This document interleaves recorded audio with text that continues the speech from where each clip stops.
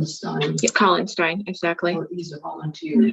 So I'm sorry, I forgot to hit the last button. So just call the meeting to order one more time once we get live here in a second.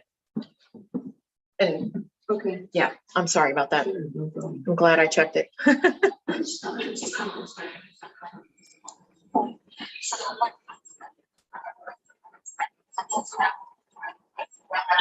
Why? Does David need to read that as well? He should, yeah. Okay. Hang on one second. I got two loops going. Got too much happening here. And there we go. That should do it for us. All right. March 23rd, call to order our meeting, our water commission meeting today. David, can you read the notification, please? Until further notice, the Corporation of Harpers Ferry governing and deliberative bodies will hold its meetings and/or hearings virtually via Zoom webinar, which provides for public participation during a public comment period when applicable and when posted on the agenda. Alternatively, the public may watch by YouTube video live stream or listen by telephone. These options comply with the West Virginia Open Governmental Meetings Act. Thank you. As far as the agenda, does anyone have any additions or any corrections to the agenda in order to that we have?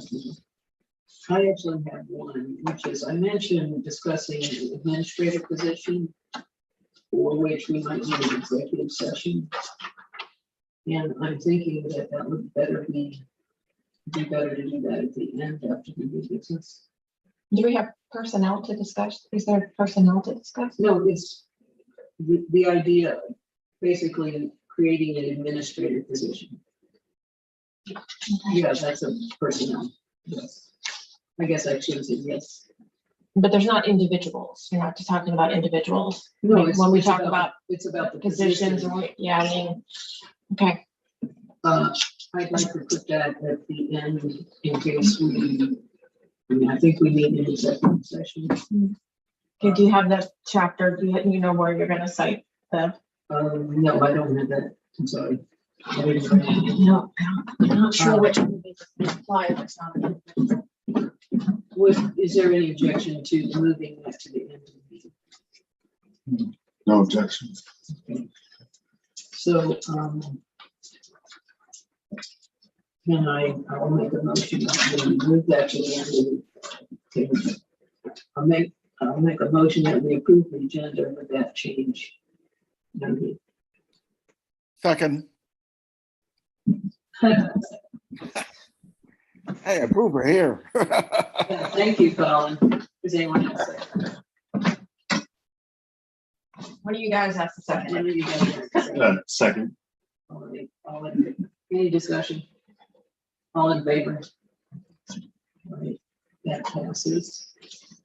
And we have been without the chair since January. Yes, it was January. And basically the charter the ordinances mention a chairperson, the purpose of the chairperson is to make the agenda and send it out, and with the collaboration of the water commission, make the agenda. And also make a report to the town council at their regular meeting. Otherwise, I view that we all have equal weight and contributions. It's just an extra duty for the chairperson. And then the vice chairperson just has to agree to serve as chair when the chair cannot do it, cannot be there to do that. So that's the responsibility of the vice chair. And then the secretary is a person who would take minutes of our meetings and submit them to everybody who was there for their input or changes. So then they have to be approved at a meeting, and then they're sent to be stored with our recording secretary Kevin Carden.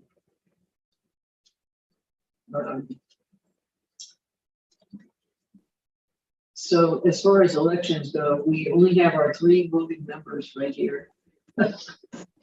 We have to do all this with. Is there a nomination for a chair? Or just-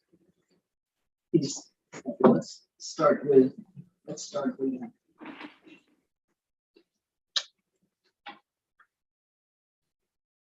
Is there an interest in being chair from anyone? I would like to run for chair, but I'd like to, anyone else would like to do it as well. No. Okay. So, you make a motion then? Well, if you have no more nominations, you can close the nominations. And then each person goes around the table and says who they would like to have in that position who has been nominated. So if there's no more nominations, you close the nominations. And then Donnie, who would you like that was nominated to be the person appointed? It would definitely be Laura. Okay, So motion to so nominate. it's no motion, you're making a nomination to a position. It's different than a motion. And so we've made the nomination, you've made the nominations are closed, no one has any other nominations. And so you have to choose now vocally who of the people who were nominated that you would like to have in that position. So Laurel was nominated, there was no one else nominated. If you would like her to be in that position, you just have to say Laurel. You do. Laura. How do you Good, vote? thank you. Okay, and All right, so I will vote for myself. Okay. And so Laurel is the chair. And I'll have to say that I believe this is a 1-year position, and next year I'd like someone else to be chair. Because I think it's a very good thing to transfer it around. Normally, this would be voted on in January Yes. of each. Yeah, we were going to have it. If we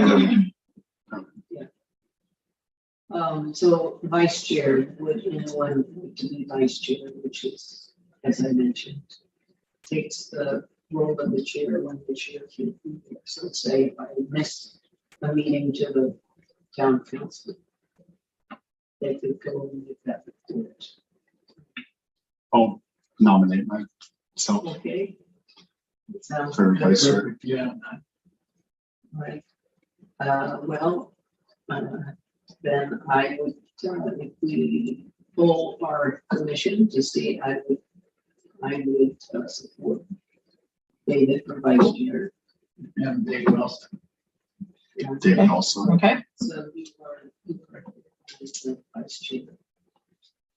And then there's secretary. And so. Donnie. I would never be good at that. I'm sorry. Yeah. Well, let me say that I think that's one of the hardest things to do is to compose the minutes. And I would not want to stick one person in a job. And I'm wondering if we can all agree to rotate doing the minutes, or at least I'm willing to rotate, and not every time, but So I have a question. Yes. About the secretary.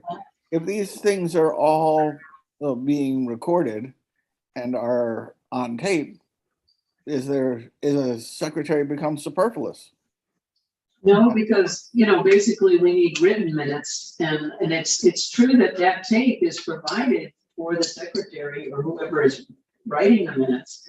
They can listen to it and write the minutes from the tape. But we do need written minutes, because when you want to know some fact about, well, what happened at this meeting here, you really don't want to go back and listen to it. It would take too long. So the written minutes are really good for that. Does that make sense? I think it makes sense, but I wonder if you would, instead of writing minutes every month, having been the secretary for the Water Advisory Commission, it does take a substantial commitment of time. Yes. And if there's simply an outline of what's in what each meeting covered, just so short outline. And then you could refer to a series of outlines and go back to any point that you have to worry about, and then bring the snippet of the meeting up to the The group. written minutes. Well, I agree with you. That's exactly how we do, when I do the minutes, I start with the agenda and I turn it into the minutes by adding comments and explaining things that I think need to be recorded for someone looking back at the minutes. That's really what I do too. Fair enough. Yeah. So I have another question, and one for each of you, and that is, who are you? Because the bottom of my screen says you are the corporation of Harpers Ferry. And So, I don't think I've ever met any of the three of you. Maybe so I I've have. met you, Colin. I've been on the Water Commission in the past and you've come to some meetings, so. Okay, But I think it'd be good if we introduced ourselves, but but we do need to keep going on with the meeting because there is so much to cover. Okay, No is problem. that all right? yeah, sure. So my name is Laurel Drake. I've been on the Water Commission for a while. I am also a member of the town council. And David? David Janelli, I'm also a member of the Harpers Ferry Water Commission. I'm the citizen representative for Bolivar, and I've been on the commission since December. Okay. Well, I'm down in Hampshire and I'm new at all this, so this is the first meeting for me. But he's on the Water Commission as well. And your name was again? Down in Hampshire.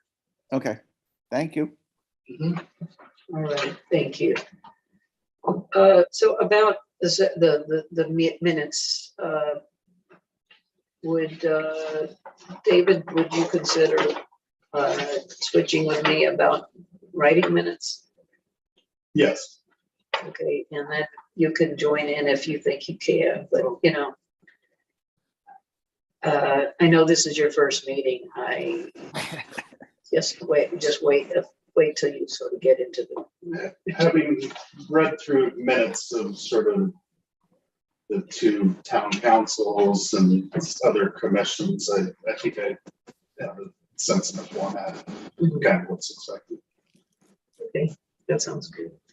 And like I said, the tape is, or the link to the meeting of the audio and the visual is provided to help with that.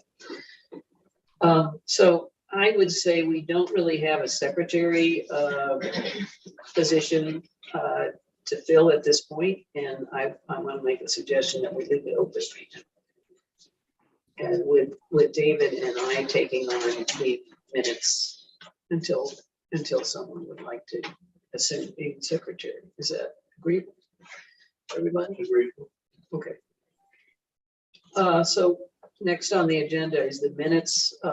As a matter of fact, those minutes are not finished, and I will hope to get that done by April.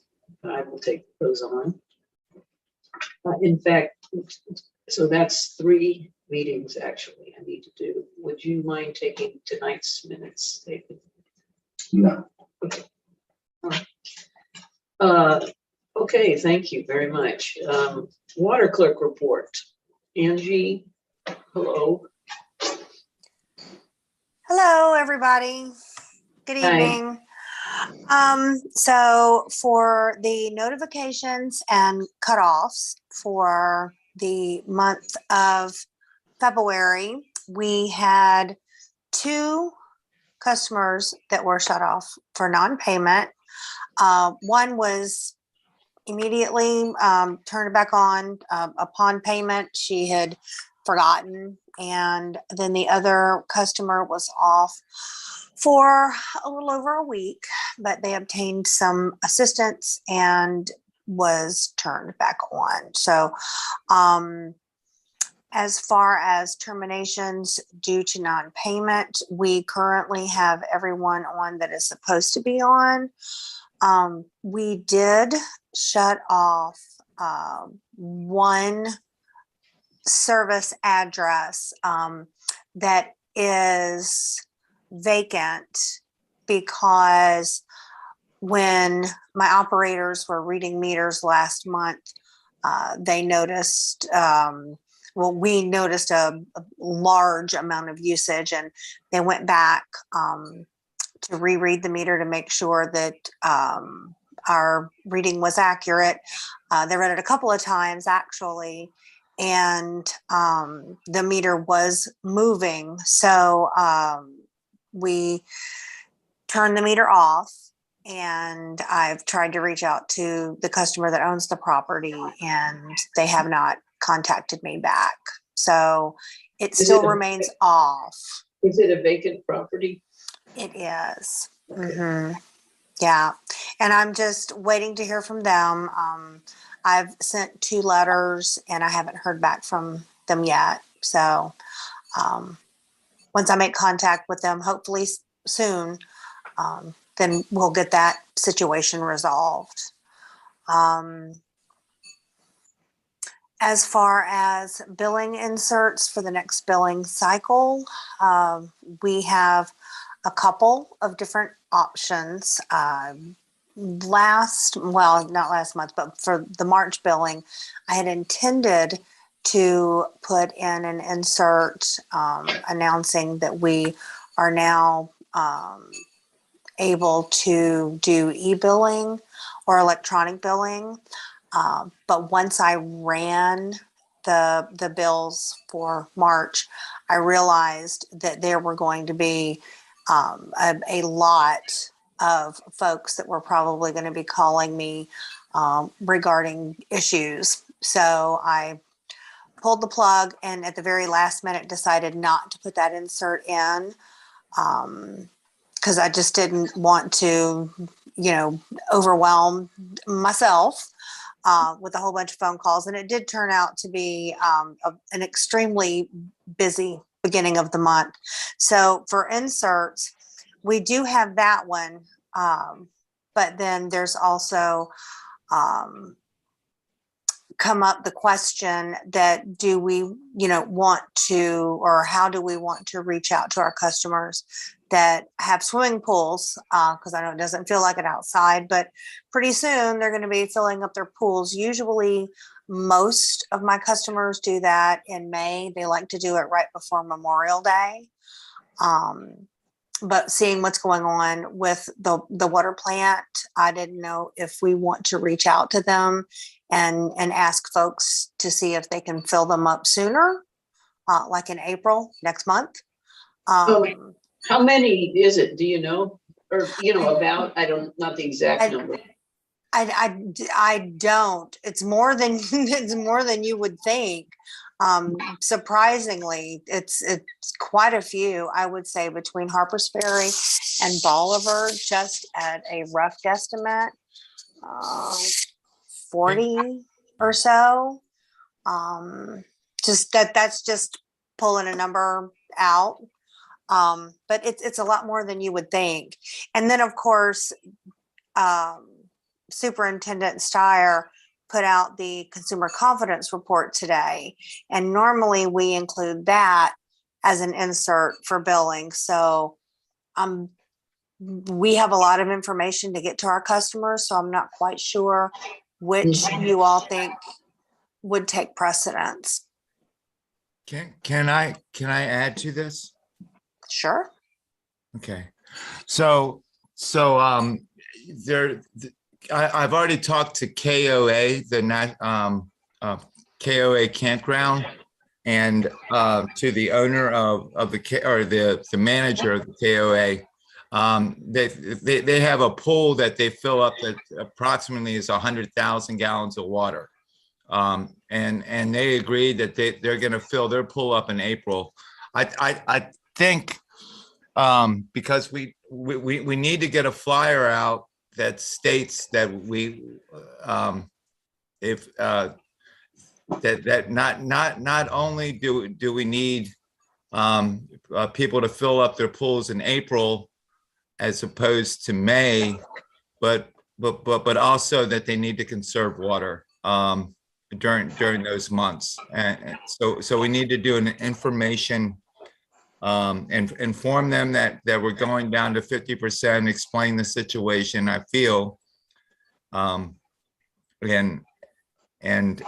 All right, Yeah. I think that's a good idea. And how soon? Okay, so this is the April bill. This is the April billing coming up. So this is the one we want Yes. to put it in, right? yes, So, I suggest that you and I would like to be part of it, and anyone else here be a part of a little committee that comes up with a letter, and we will, get it approved by the mayor. But we have to do that really soon. When would we need to get the billing insert done? Bye. Let's see, today is Thursday. I would say by Tuesday. Okay, so complete and approved by Tuesday, so you can make copies of it to take. Okay. Yes, because I'll be taking the bills So, to be mailed on Right. Wednesday. do Mhm. you think that is a good way to handle this? Are you going to be available? Well, actually,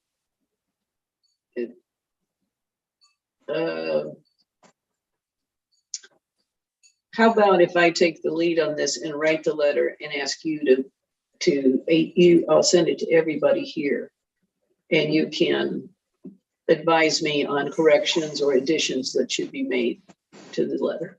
that's an Is that- excellent, yeah, Is that's that an all excellent right? idea. Okay, I will just do that, and I will have to get it out by this weekend probably. And so that we can get it approved by Monday, and so you can get it, Angie, by Tuesday. And it'll be addressing sort of 2 or 3 sort of issues that are kind of interconnected. Anything that we want to, but basically asking people to conserve. We do really need to decide how to word this and how to alert the public that Mhm. our production is going to be lower than it has been during the summer months. And we're going to ask people to conserve. I think that, as well as the water pool issue, the swimming pool issue. Well, you can put a positive spin on it, and we're moving into the future with our new water system, and we're gonna make a lot of changes to it in the coming months. You can just ask for cooperation that without necessarily highlighting. Oh, right. Yeah. Part of our modernization. Yeah, Sure. Gonna need some patience through the summer, so it can consider. So let me ask, does that mean that we'll include the consumer confidence report with that would be the May billing? Because normally we include it as an insert. It was posted today at Town Hall. And, but usually we put it in as an insert. right. So we can wait until May to do that. Is that what I'm hearing? We can only have one page of insert. Is that right? Unfortunately, yes. We could, you know how you can print something right on the bill? You could put a link Yep. there to it. Unless you have something else you need to put on the bill itself. Yeah. So, And then we could still send it out in May, So- but tell them it's available now. Yeah, I do have, I'm sorry, but I do have another option. So, we can either send it out as a flyer, but we can also, and I'm talking to Pat Morse about this, or we can send it out to the Jefferson Spirit, and that qualifies. However, we can do either or. So what I'm saying is we could kill 2 birds with 1 stone. If we have too much we're trying to do, maybe we can do the Jefferson Spirit with the CCR and still get Well, everything done. Yeah.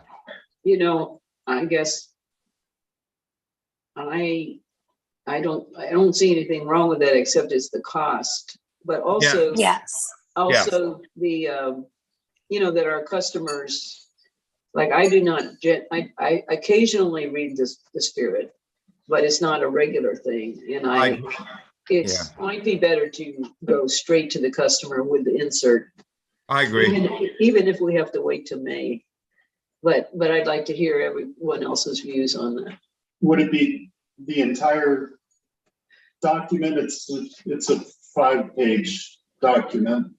Mhm. According to the one I printed out, they said all 5 pages would go in each bill.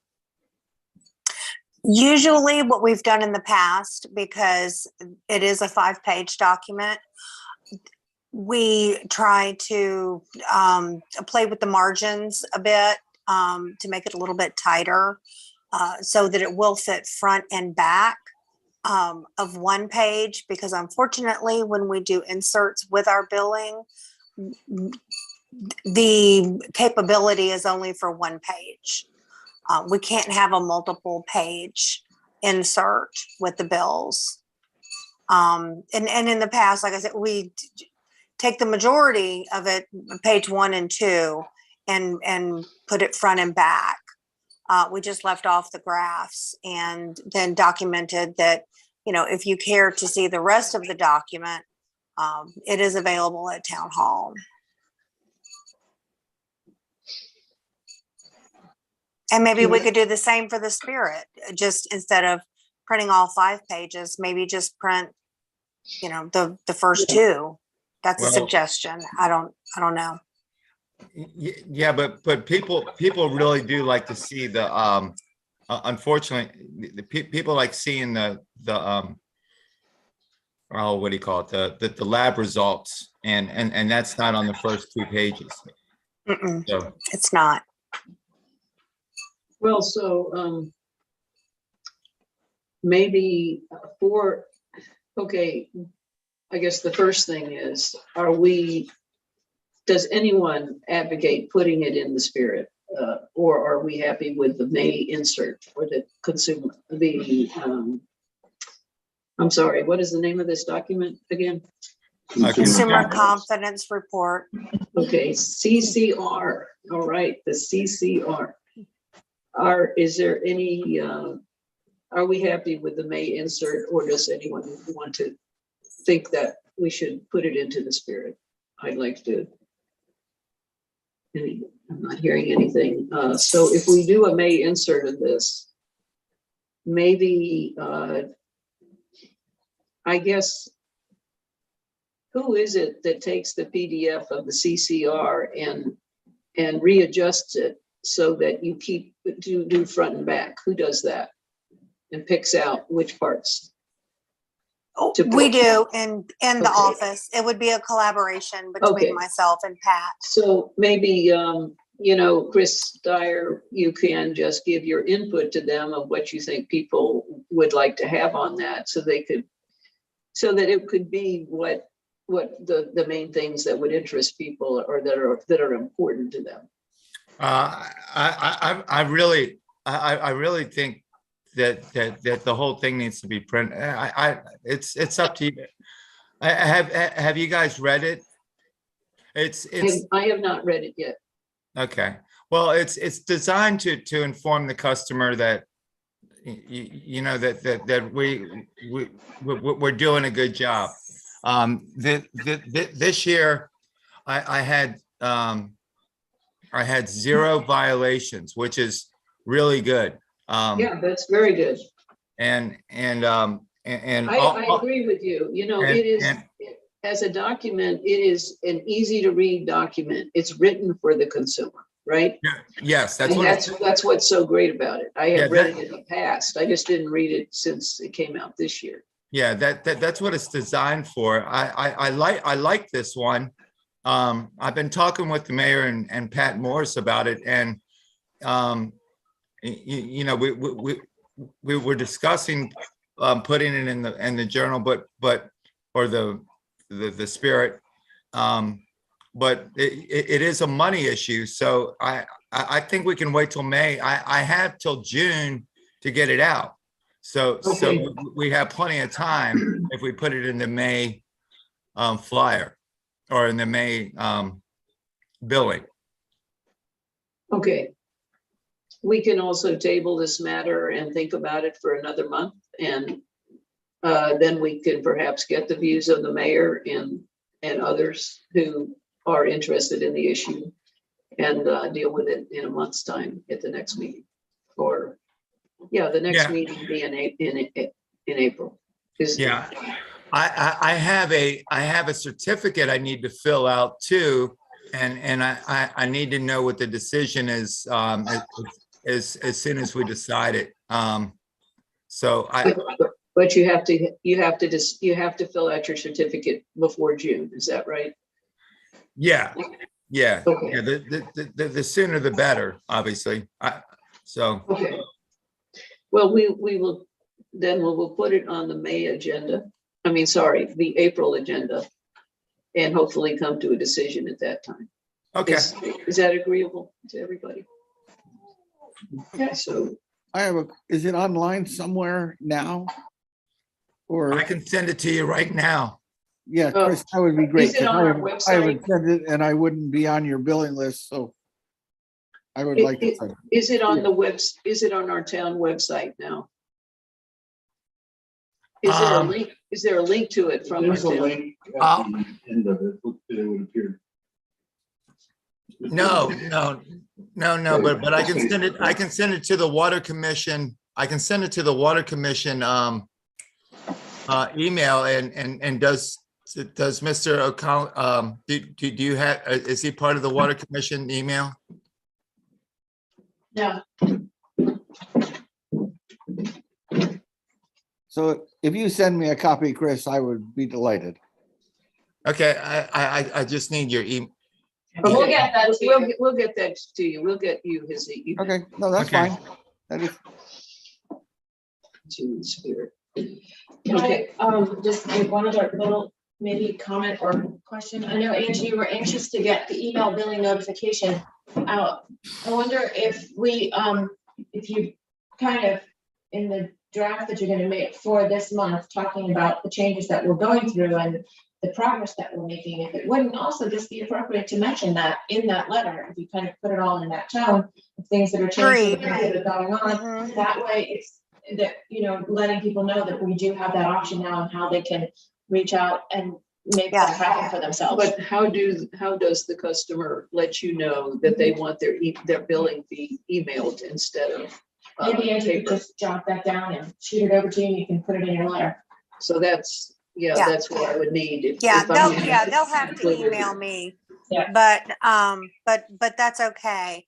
And I do like the idea of being inclusive in that we have got so much information that has come to light recently that if we come up with a document that sort of bullet points all of these different changes that we've got coming up, innovations, all of that. I think that's a really good idea Okay. versus doing them all separately. I think that's a good idea. Yeah. Yes. Okay, Mhm. sounds good. Anything else, Angie? So, well, the next thing under water clerk is other usage concerns and work orders. The one thing I wanted to point out is I sent you all a very long document that just came to our attention this past Friday that had the Public Service Commission make some rule changes. The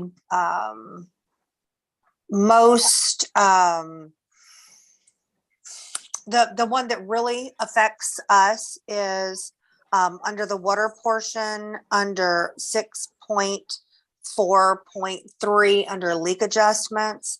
That was a very big change for us in the past. leaks were specified as being the leak from a pipe. Now this sort of broadens that vocabulary to include any kind of leak. So I don't know if you all had an opportunity to read it. It was a very big document, but that was the one, excuse me, that was the one bullet point that is very specific to us and a very recent change. So Okay. yeah, with that, we will be working on a new and updated policy and procedure for our leak adjustments. So that's something that's very recent. Then we just discussed kind of the e-billing implementation. I've got a few volunteers that are willing to do sort of a soft e-billing option for April. And then hopefully by May, with the insert going out, notifying folks, then we'll be able to actually start implementing our electronic billing software that we now have. And so that's a big step for us as well. And then for the ACH billing implementation, Deb can probably speak more to that than I can. She knows a lot of the banking lingo that I don't really know. But under her report, she can probably speak to that on my behalf. And I would thank you very much for doing that, Deb. I don't know that I have much to say, but I will. Yeah. Yeah. You can kind of explain the hiccup, I guess, that we're currently experiencing. Yeah. Sure. Yeah. And so that's my report. Unless anyone's got any questions. There was a lot. Well, down further on the agenda, we have leak adjustment policy. Mm-hmm. Do you feel like we're ready for that yet to talk about that? Or because your recent email talked about how actually an idea that did not come up at last Friday's meeting about what constituted a leak, or what exactly, say, what you're saying now is that there has to be a leak. It has to be determined it was a leak in some way, form, or another, as opposed to I left my hose running, which Correct. right. Yes. And so there has to be some sort of proof. So Okay. that seems to be another thing that maybe we can't really hash out at this meeting. Mm-hmm. Do you feel like we need another meeting of the committee on that before we approve the leak adjustment policy, or do you think it affects, as you mentioned once, the policy is not the same as the procedure? Yes. I guess I want to know, do you think we're ready to vote on that, or to discuss and have action on the leak adjustment, or do you feel like we need to wait until we thoroughly dissect what you brought up about? Well, what the question I brought to the Public Service Commission when I called them was, Okay. They do use the language of a leak. Used to, it was a leak other than fixtures. They took that part out. So now if you have a leaky fixture, which would be considered a leaky toilet, a leaky faucet, water softener that's gone crazy, that's all considered under that is considered a leak. So if you have a incident where you've left a hose running, that is not a leak. That doesn't fall under the leak adjustment policy. if you have a mysterious use of water and you have absolutely no idea what in the heck happened to all that water, that is not a leak. You have to have Right. some sort of a leak. Okay, Can- all right. So can- therefore, can I add think our something? leak policy is, I think that we can move forward with that. Okay, thank you. Mhm. So Okay. what were you saying, Chris? So there's a 200% above what you use. So if you have a leaky toilet and you fall, it's for extreme usage of water. So if a customer has a normal usage of 2,500 gallons of water, and then they have a 20,000 gallon leak, that constitutes as a 200% increase in their bill. And that was the other language they were using. Okay, so when, let's talk about that further when we get down to discussion and action on the leak adjustment policy, because that's where that language comes in, the 200% language. Mhm. Okay. Okay? All right, Yeah. so we do need to talk about that. Okay, so you're up next, Chris. Okay, I'll be brief. Water Commission report. Water loss for the month of February was 18.46%. Yes, the lowest it has been since last September. The leak repairs we have made have finally paid off. Most of the trouble spots have been in the roads near the middle school. One repair, we replaced a 12-foot section of extremely eroded galvanized 3/4-inch water line. That was on Spring Street. That leak in itself probably could account for most of the recent water loss. Our new IT is working out real well. He has been a tremendous asset in his ability to learn quickly and also his ability to operate an excavator. Oscar is up and running again. So we've been running Oscar now for, close to 3 weeks to a month. Can you explain Oscar for anyone? Oh, I'm sorry. Oscar the sludge remover. So we're removing sludge out of our backwash pits and putting it into what's called a bagger press, which actually drains filters out the sludge and keeps the sludge in the bags, and then drains the clear clear water back into the backwash pits.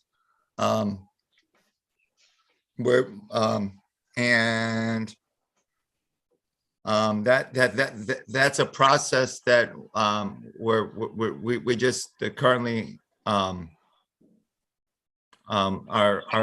going to have our backwash pits completely drained. This is a long procedure here, but You don't have to, just. yeah, there's too much involved. Yeah, it's just we used Oscar the sludge remover as a form of removing sludge. And And Chris, are you removing more than actually goes in? I mean, yes, because you are getting more in there every day, right? yes. But Yes, and when we go to the new system, we're actually there's going to be more sludge going into our backwash pits because our new set basin has a sludge remover that we didn't have with the old one, and that goes into the backwash pits as well. So it's going to be determined how much sludge we can actually handle in the future when we go online with the new system. Okay. Okay, and if it doesn't work, we have other solutions. So Okay. the electric power has been switched over to the new electric system, allowing parts of the new plant to spring to life soon. We are getting real close to filling up the clear well in the said basin. they will be complete before we go to one filter. So it's important that we get everything done before we go to 50% capacity. So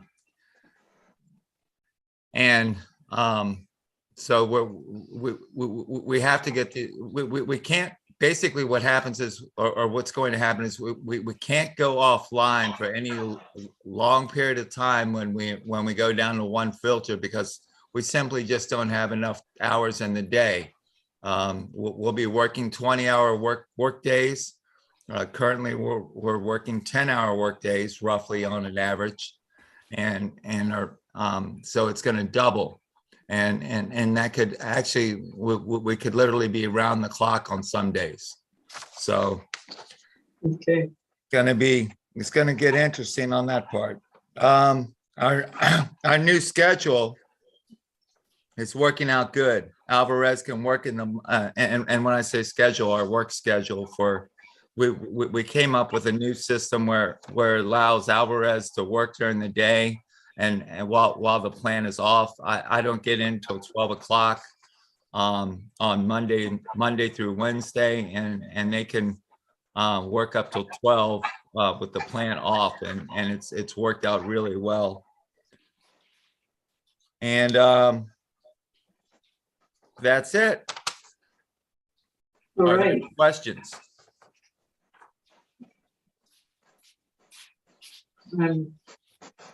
Well, I commend you for hanging in there with all running the plant, even though it's being dismantled and put together at the same time, right Right. around here. Thank you. Right. Yeah, we're doing it. We're actually doing it. All right. All right. So getting back to the agenda. Just I mentioned in the agenda that the progress meeting is the next progress meeting is going to be tomorrow morning at 9 o'clock here. And that is a monthly meeting that the engineer of the project is at, and also the Alvarez, the construction company. They send up over there some people there too to attend, and it's a progress meeting to talk about the progress of the past month and then what's coming up. Okay. Financials, Deb. Okay, so the financial reports for this evening, you should have received by email. They are for the end of January, which is 58% of fiscal 22. The budget revision that was made for waterworks in January is reflected in these financials. These financials still reflect the purchase and installation of the early warning detection system, but not the reimbursement, which we are still awaiting. And I have contacted the state again for the third time, and they promised me that the check is on the way.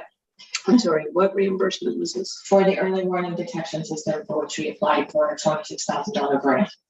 We're waiting for a $26,000 check. Oh, right. That we got done. We got done. Had it. And we had to pay for it on the front end, and we were going to get a grant on the back end. So, okay. Yeah, I actually have a call into them for another reason, and I will check on it once more. The actual income that we show on the report does not include the $97,228 on line 481 for reimbursements, and that's the soft cost reimbursement that we're going to use from that was left over from the loan to assist us in the sludge removal contract. So that's the amount of money that we said we were going to bring in from the sludge removal. From the soft cost to help with the sludge removal costs. So you don't see that as an actual, and because we haven't had to move it yet. And also that $97,000 is some of what's in there is the covering the second tranche of ARPA money that we're going to use for the elk run. So to update some of you who are here who may not know about this, we received about $62,000 in ARPA money in the first tranche. That's the American Rescue Plan Act that was part of the federal program from COVID. And then we will receive another $62,000 in the summer. And between those two amounts of money, we should have just about enough money to do the replacement of the elk run main on the water plant and over to the line that goes up the hill. So however, we only have half of it now in our hand, and we want to, coming just right around the corner in April, we want to start getting that bid out for, public notice so that we can contract for that and have that made, hopefully replaced while the engineer is still on site working on the other project. So we needed the cash from somewhere to do the whole to boodle. So we've added additional monies from the soft cost reimbursement that we had sitting as seed money for the rest of the distribution project. We're gonna loan ourselves that money until the second tranche comes in, and then we'll pay ourselves back. So there's no actual loan from an outside entity, it's just a cash flow arrangement. Okay, so none of that is appearing as actual. So when you look at your percentage at the end of the financial for how much income we have, it doesn't quite make sense because you're missing a nice chunk of money there. So when we make an adjustment for those unrealized items, our revenue comes to 48.5% of the budgeted revenue. And our customer billing line is about 51%. And, you know, I went back over previous years.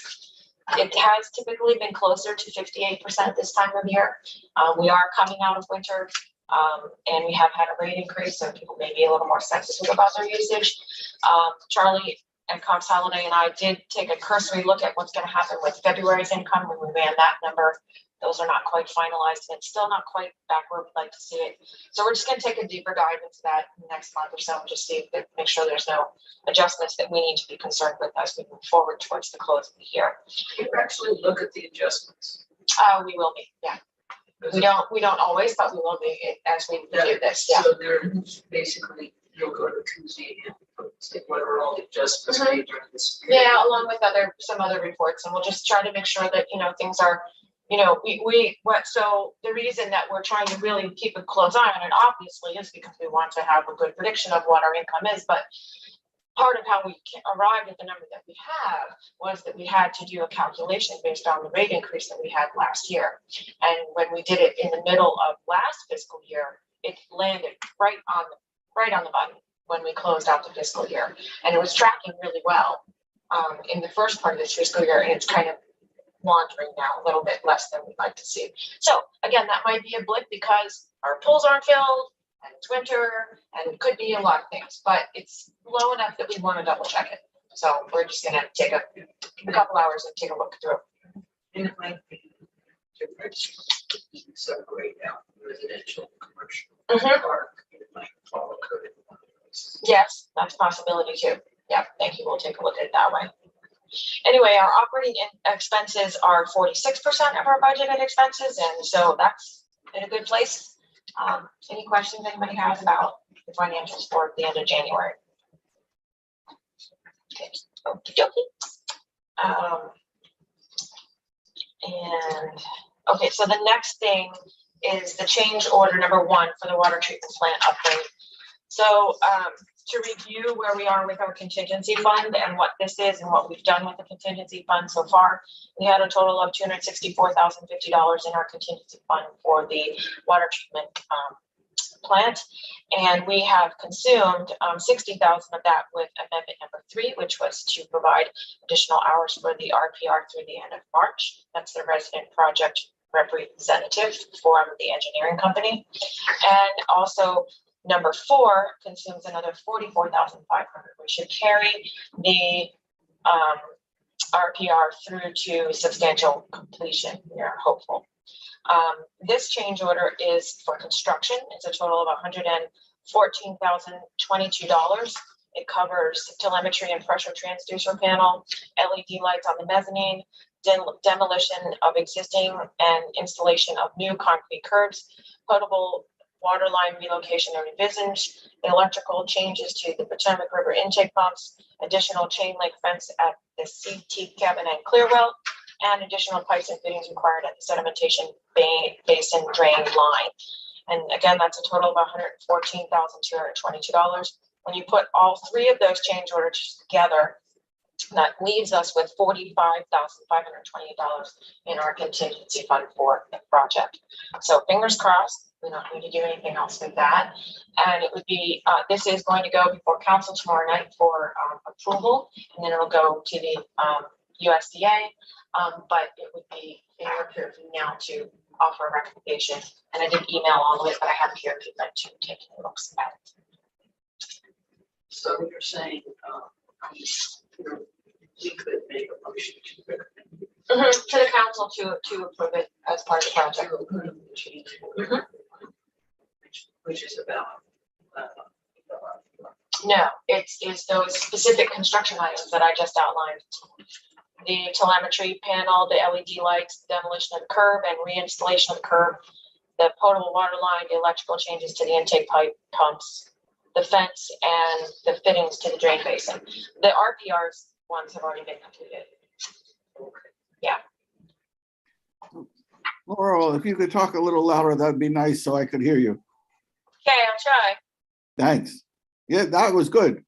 But Well, sometimes that's when you pretty were talking to Deb, you just talk to Deb. and- Everybody else in the room might not be happy about that. I'll try.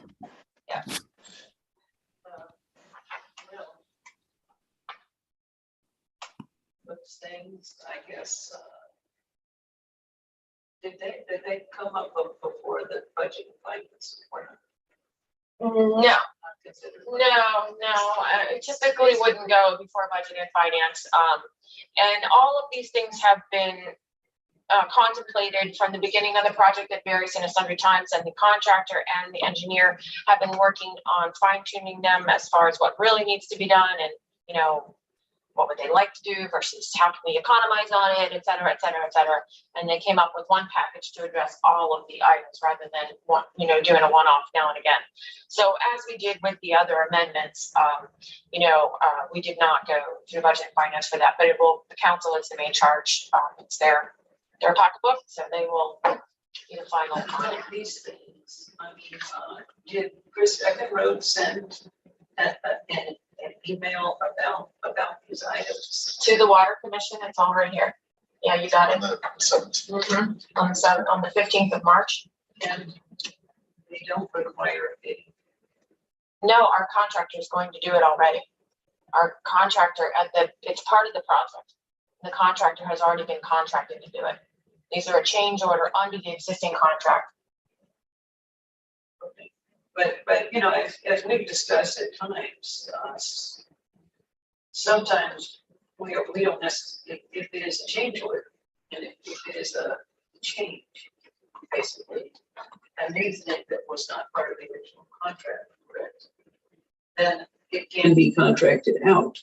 But Laurel, I'm not suggesting that we do that. I'm just saying that is possible in anything that is a change, isn't that right? I don't know about in this type of a construction project that you would want to be bringing in another contractor to all of a sudden do one part of it.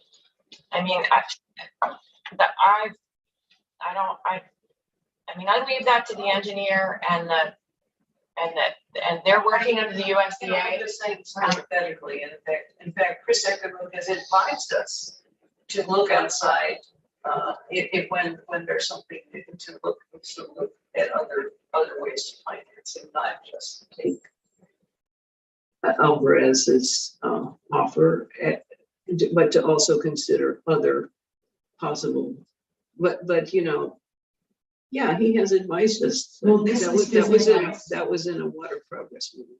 Okay, well, maybe we can discuss it with him tomorrow, but this is his advice, which he has reviewed with the USDA, as far as I'm aware, for preliminary approval.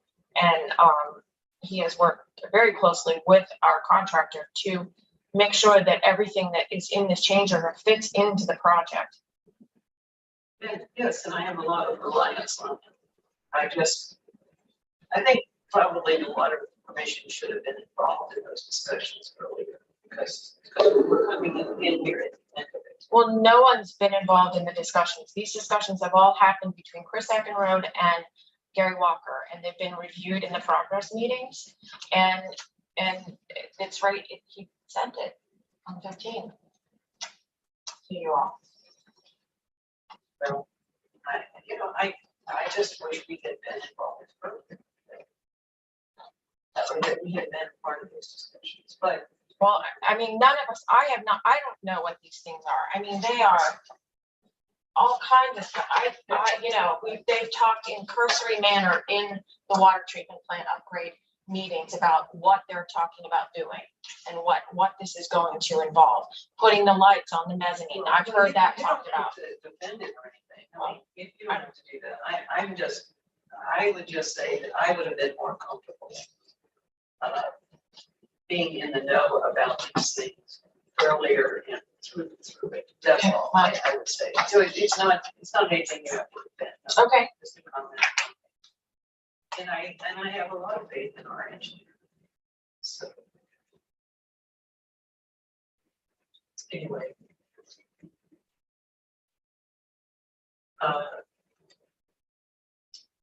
Any thoughts from?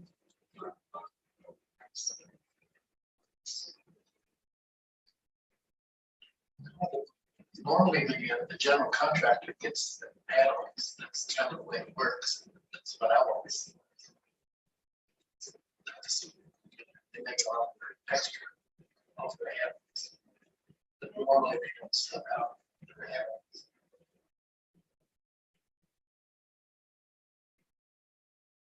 And I think they do, they try to get down, as long as it's reasonable, why not do something? I forgot a lot of add-ons when he was here for the building.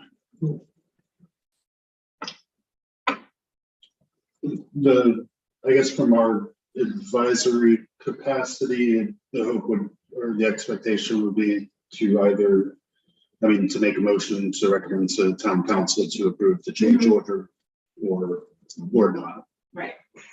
I mean, you don't have to, but that would be typically what an advisory body would do, would be to recommend that it be approved and incorporated into the project. And I guess the way I feel is that I don't see anything wrong with it on the face of it, but I was not involved enough in on how everything was determined to the whole process. I think it could stand on it could stand on itself because it is based on the engineer's recommendation, and it can go that way to the council, that this is the engineer's recommendation. And I'm not against it, but I have not been in on all of the planning for that during that he came up with this. I mean, you really would have had to been sitting with Chris Appenroe and Gary Walker to be informed. None of us have been involved in it. To the extent that you're speaking. I mean, other than sitting in the progress meetings and learning that they're talking about adding this or that as change order, we have not been involved in the engineering or the specifications of any of us. And I mean, have you, Chris? No. And a lot of this stuff happens so fast. I have not. That's all I got.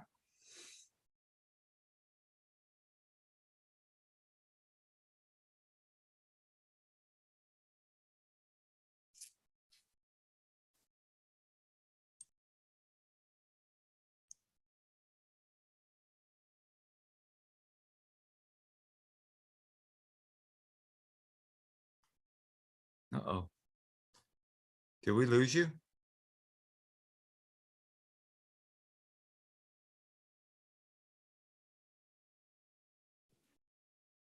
I'm still here, but I can't hear Chris if he's talking.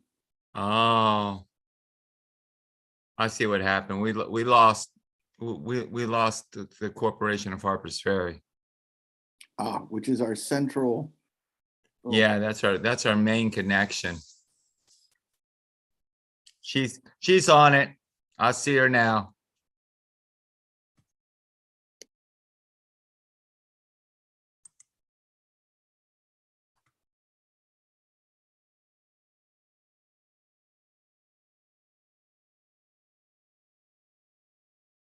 No, still don't hear you.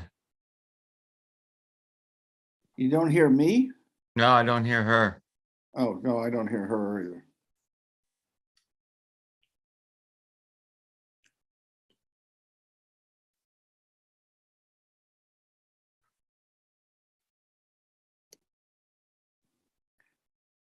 Any other discussion? Okay, on how's this? that? Good, good. All right, Any other thank you. discussion about this? Thank you.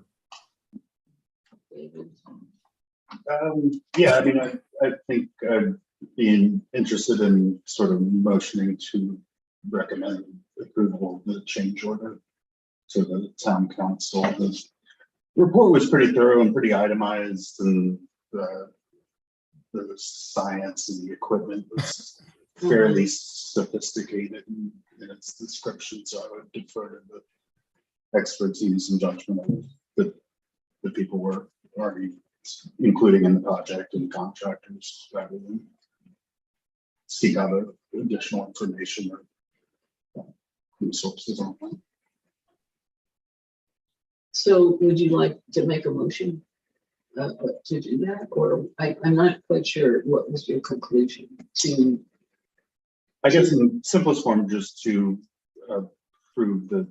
make a recommendation to approve the change order to the town council. Yeah, just move to recommend to change order number 1. Wait, make sure we got that. Number 8. Yeah, change order number 1 for inclusion in the project.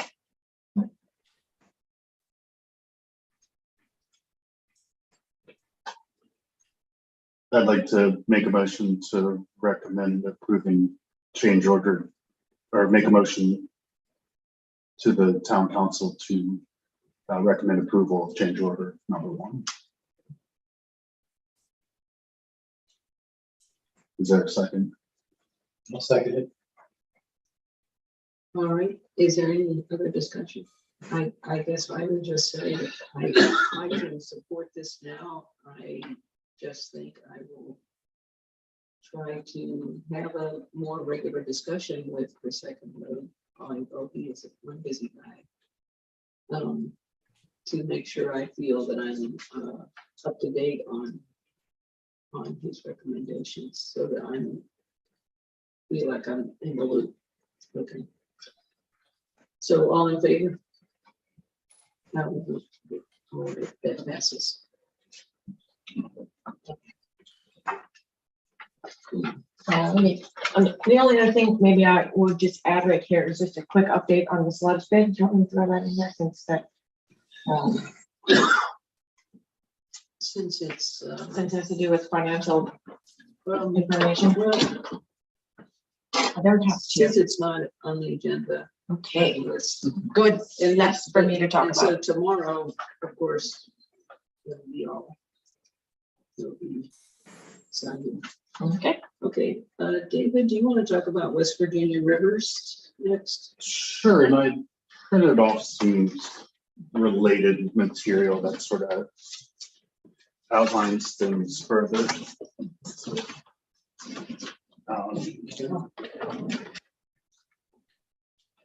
May read from some of it directly, just so it's thorough. Yeah, on the 16th of March, Laurel and I had a productive Zoom meeting with Jenna Dodson. She's the staff scientist with the West Virginia Rivers Coalition. She also does some other community outreach on various pilot programs throughout the state. And specifically, she wanted to get us involved in the source water protection community. It's a pilot program that they're developing, and I'll read the background section of the first page that I have here. Source water protection community is a partnership between community water systems, their customers, and citizens that live in the source water protection area that takes an active role in protecting the waters that serve as our drinking water supplies. They work together to provide community-based solutions to protecting drinking water supplies. As leaders of source water protection practices and an active participant in the Safe Water program, you can attain the distinct honor of being one of the first water systems designated as a source water protection community. The designation will involve public statewide recognition of this achievement. And then right below that, it lists sort of how the application process occurs or what you might need to do to become a source water protection community. And according to Jenna, our system would be considered a small system, which as part of the application project or process, there's an expectation that the community participate in 2 projects a year, given the size of our water system. And based on our discussion with Jenna, we've already participated in 1 project that's on the attached to the second page there, where it was the community outreach at the 2 elementary schools in Jefferson County. And I think they did a virtual tour of the waterworks. Which Chris did. Chris made a video. Yeah. And that satisfied 1 project, and in order to kind of progress along in terms of getting the source water protection community designation, we would need to participate or be involved in a second project, which was sort of the more proximate reason that Jenna had contacted us. She had wanted to hopefully by the end of this month or early April have a meeting of sort of citizens and involved parties within the local community, a stakeholder meeting to form a committee to come up with a project that would continue to qualify us or help us complete the application for the community. Okay. Laurel and I, by the end of our Zoom meeting, decided we wanted to sort of bring it up in this meeting tonight. And I think the hope or expectation was that we would participate with different groups in the community at this to be determined meeting to come up with a project so that we can qualify for it. Benefits of participation, I believe they would put up signage within the community at the entrances to Bolivar, Harper's Ferry that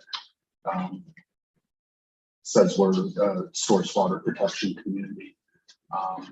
And just as part of our ongoing efforts, education within the community and the source water protection. In terms of the next steps, figuring out if the Water Commission wants to participate, how many of us may want to attend any community meeting coming up in the next 2 or 3 weeks, who would attend, and then attending that meeting and reporting back at our next meeting or perhaps a May meeting. There's also a requirement to celebrate Drinking Water Week with an official proclamation the first week of May. And on the very last page of the packet, I included a sample proclamation that Jenna had emailed me earlier today. I'm not sure how that works in terms of getting a mayor's proclamation, but it would have to maybe go in for the April 11th town council meeting to be able to be issued May 1st through 7th, which is National Drinking Water Week. But I can put in as an agenda.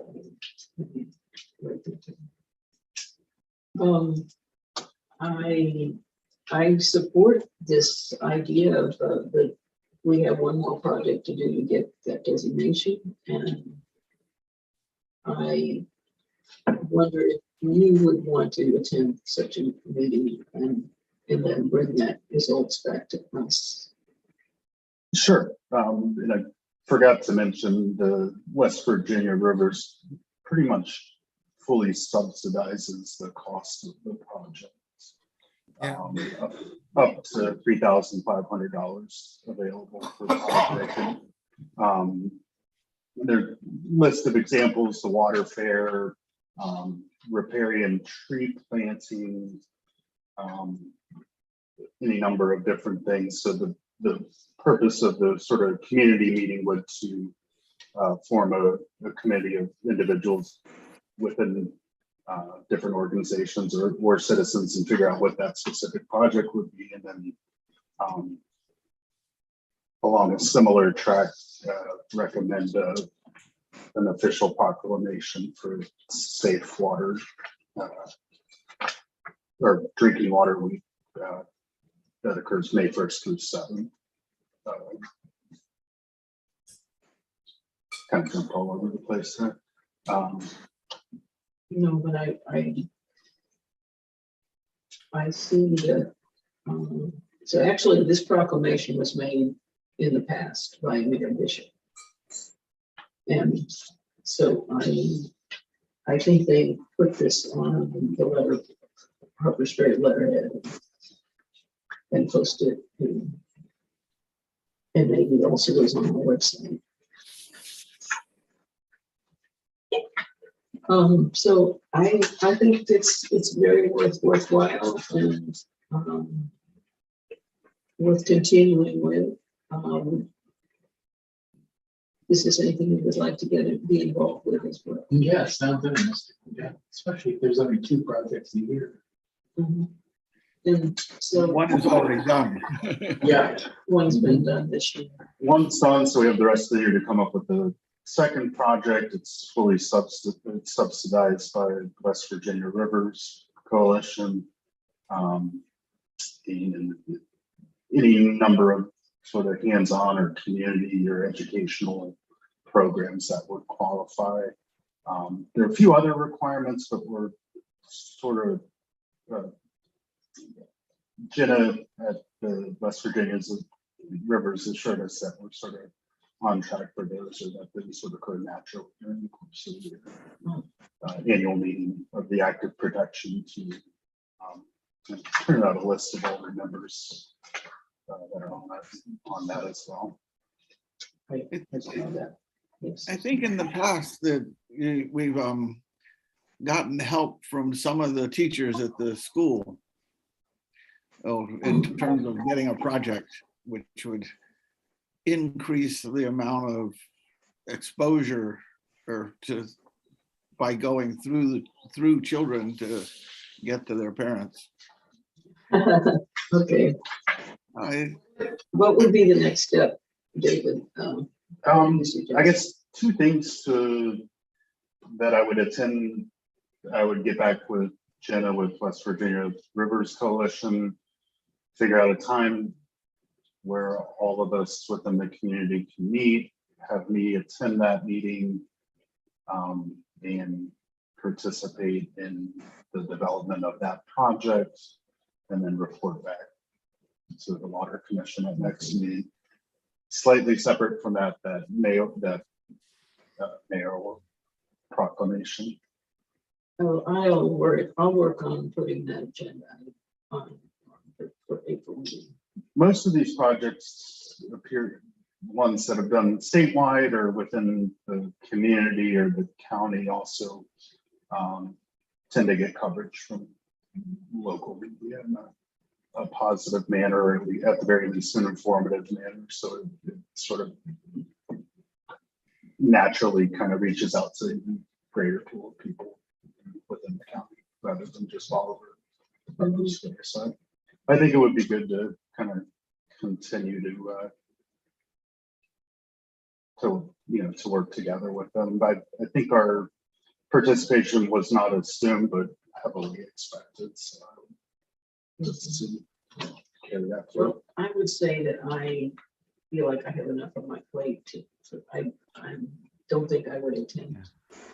But Yeah, I was going to suggest another thing too. While you're at, we need somebody to fill our safe water drinking plan that Christy Huddle was doing for us, and that's working with Monica White over at the State Health Department. And it sounds like you would be perfect at that. Who are you talking to, Chris? Not you. I didn't think. You already have yeah. I'm sorry. I forget your name, sir.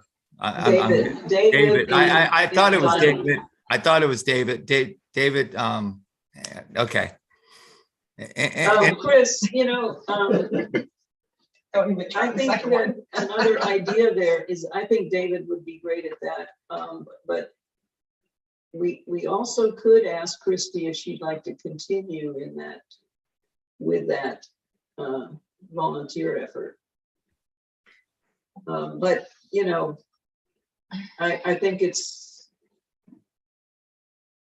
I don't know if she would want to do that. Yeah, I get the feeling that she from the last conversation that she was kind of, but maybe I'll ask.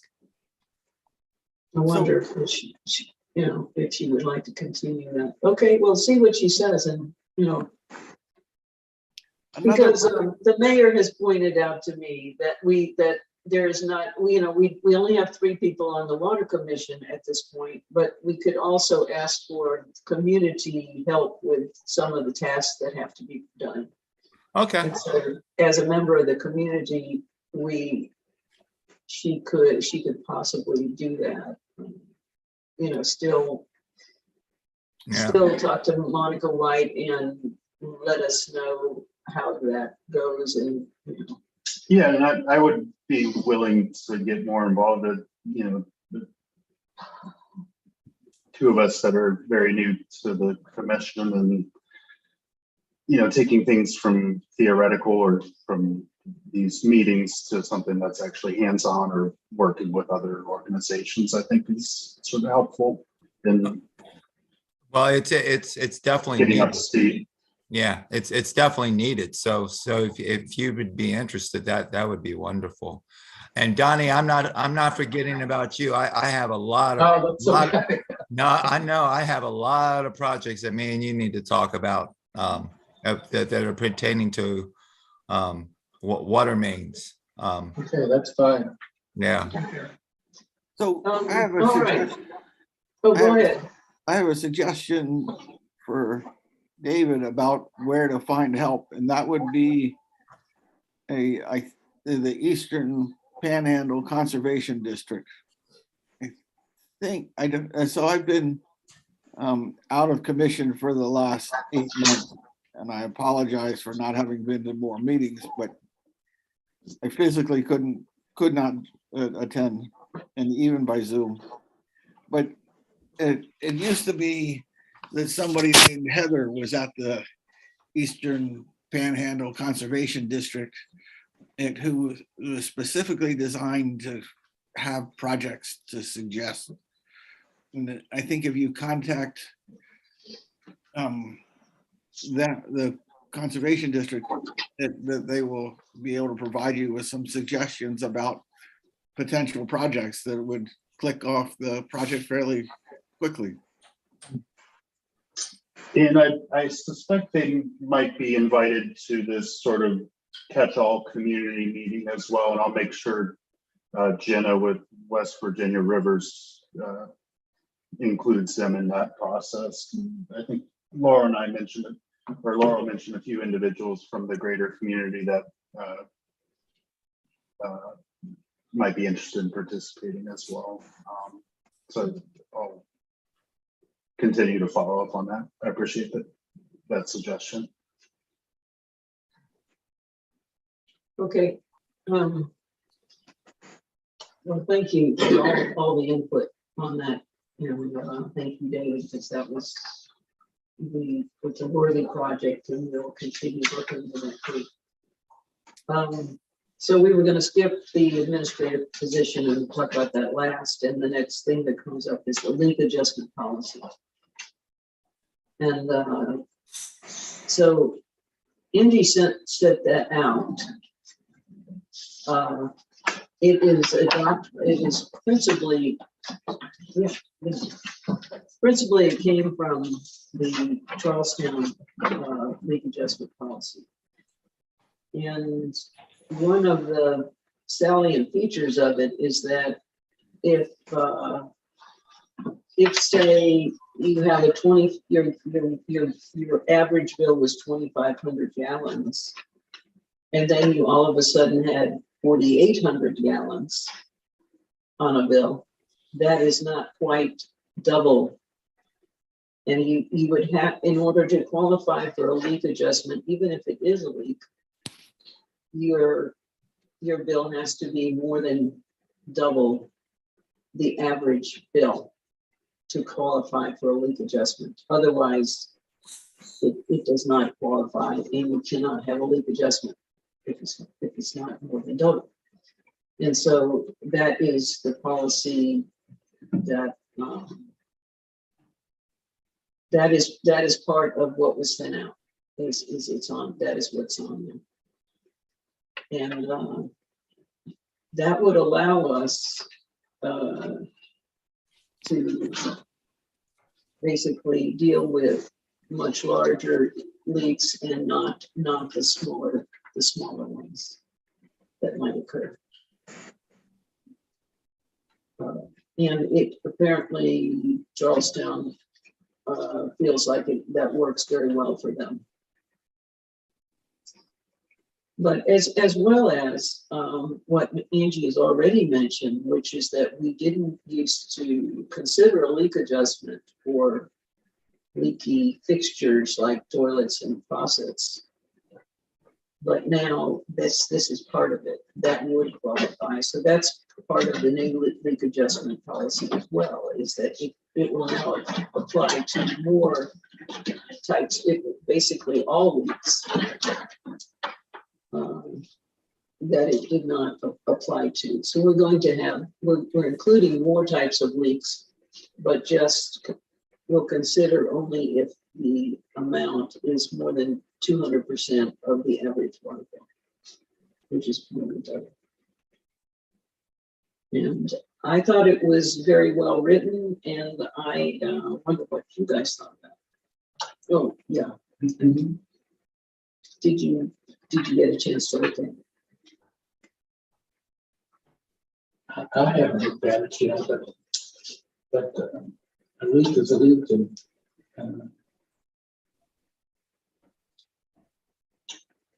anything that after the meter should be considered a leak, in my opinion. Accidental things like the water hose and things like that is an accident, yes, but anything in the house that's leaking is considered a leak. Angie, are you there? I'm here. Mhm. Okay.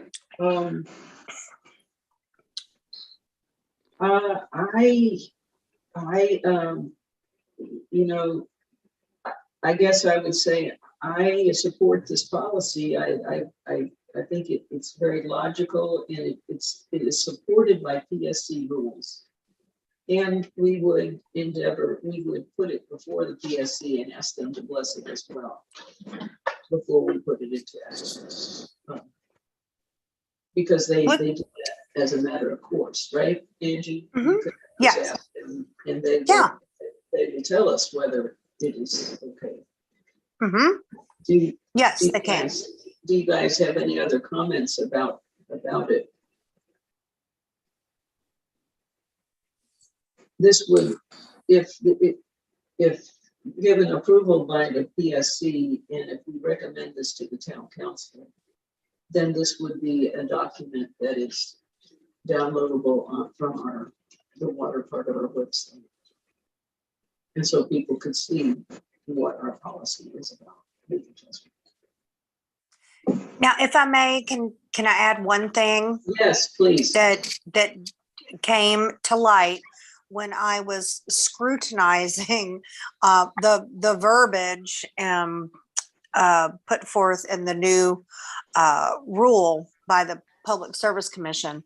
I did call per my email the Public Service Commission, and I verified that in the case, if a customer has an over 200% amount of usage, that is what I refer to as a mystery usage.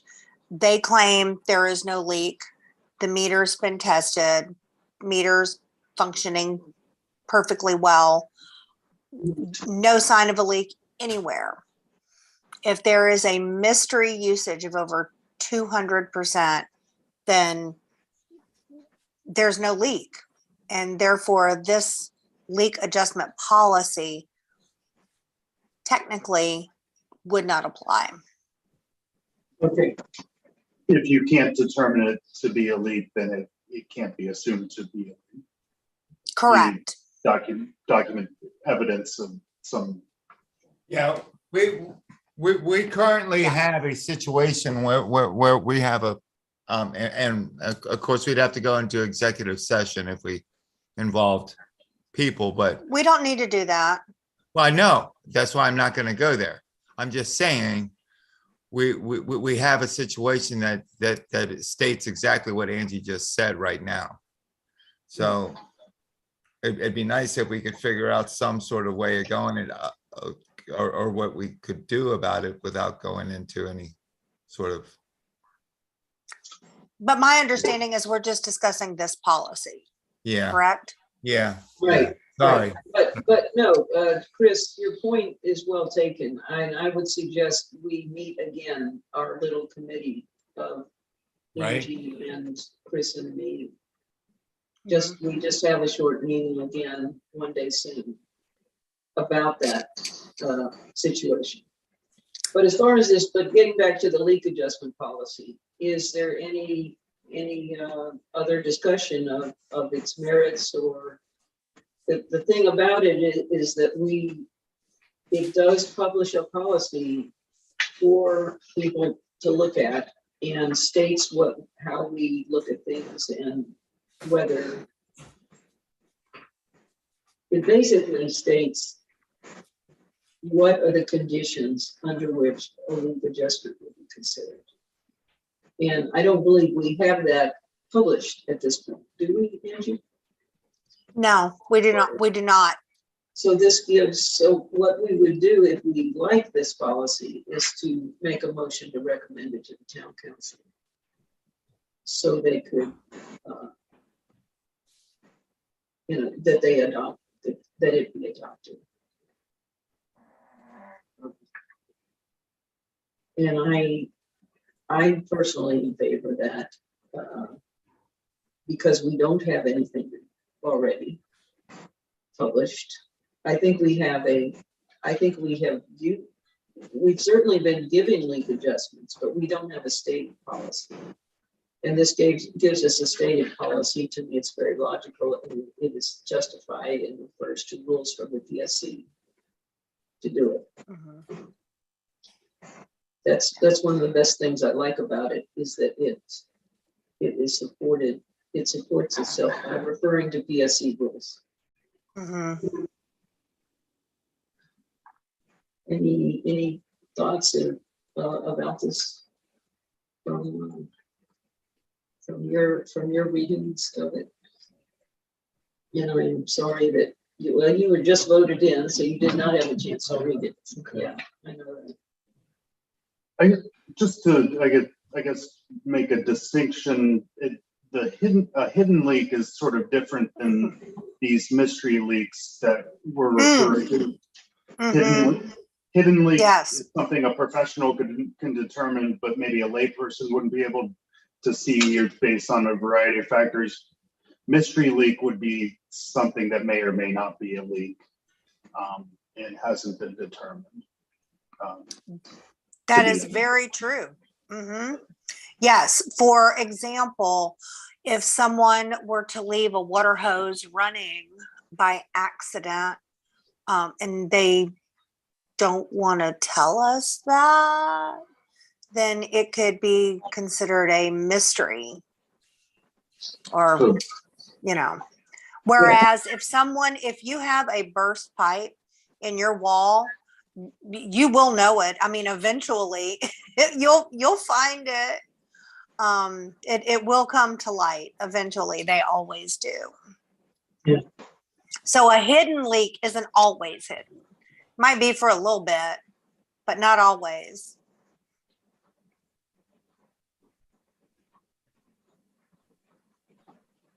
Do you feel like that an amendment is needed to the? Probably not. I guess for my own understanding. I And looked then- at that wording as well. And I think that the hidden leak is definitely a different definition than what I am unofficially referring to as a mystery. The mystery more than likely involving some sort of human error and not a equipment malfunction.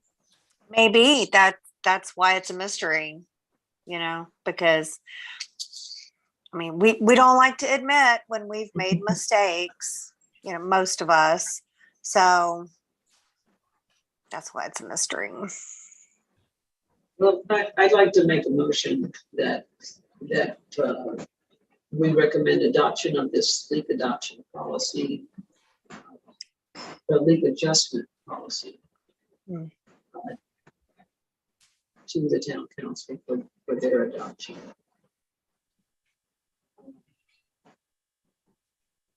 Any seconds?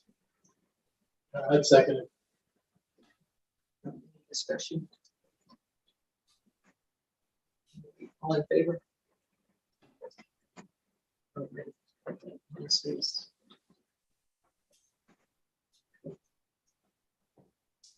The drinking water state revolving fund.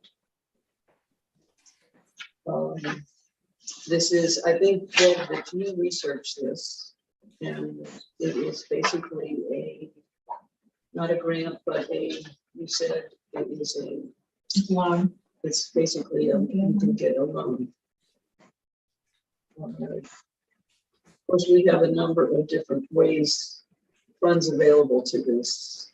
Does it strike you as something that is low cost enough that we should be interested in? Absolutely. Absolutely. Yeah. I mean, the mayor's direction, I've worked with Consolidate and with Boyd Singleton, our lawyer today. The mayor and I had a conversation with them, also with Region 9. Region 9 actually also has their eyes on this for us, and has already had a conversation with Chris Eppenberg. So what we're thinking with this is that and at the same time, I'll also say that within the last 48 hours, 2 documents have come before Region 9 and they've forwarded them to the mayor and to me regarding grant money that may be coming for infrastructure work coming from the federal down in through the state. So this is what we've all been waiting for, you know, and keep talking about. So the thinking here is that we have our distribution system yet to attend to as the half of the water treatment plant system upgrade that didn't get funded from the USDA loan, because after 10 years, when we went to bid, the price was doubled.